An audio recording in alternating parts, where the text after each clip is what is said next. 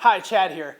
I want to talk a little bit more about how enactments might go sideways or get off track and how often we should be doing them. So a lot of times I'll use an enactment kind of as an assessment. It kind of tells me, hey, can they do this? It really lets us know where they are on the map. If I'm asking you to talk about view of self and you can't do that, that makes sense, especially if we're in stage one. Or if I'm asking you to share about something you've never shared, that also makes sense, especially if we've never done those things, right? Something I do want you thinking about, though, especially around enactments, is how often are you doing them? We for sure want to have enactments in every session. And if you have a couple that maybe has experienced more than most, they've got like a trauma history, or they've got things that maybe make sense why they wouldn't trust each other, which most of us do, but maybe more than others, you want to do more enactments, actually. You want to have them take small steps, and especially early on in the process.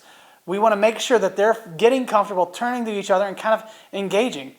Another thing that kind of goes funky with enactments is early on, people tend to laugh when they look at each other. So if we can get them in the first session or two, turning to each other and making eye contact and kind of getting some of those jitters out of the way, it is good to just have them enact from the very beginning. It sets them in a rhythm. It kind of gives them permission to laugh a little bit and get those jitters out of the way. And then it also kind of gets you in the rhythm of they're going to come in and they're going to turn to each other and they're going to do this thing.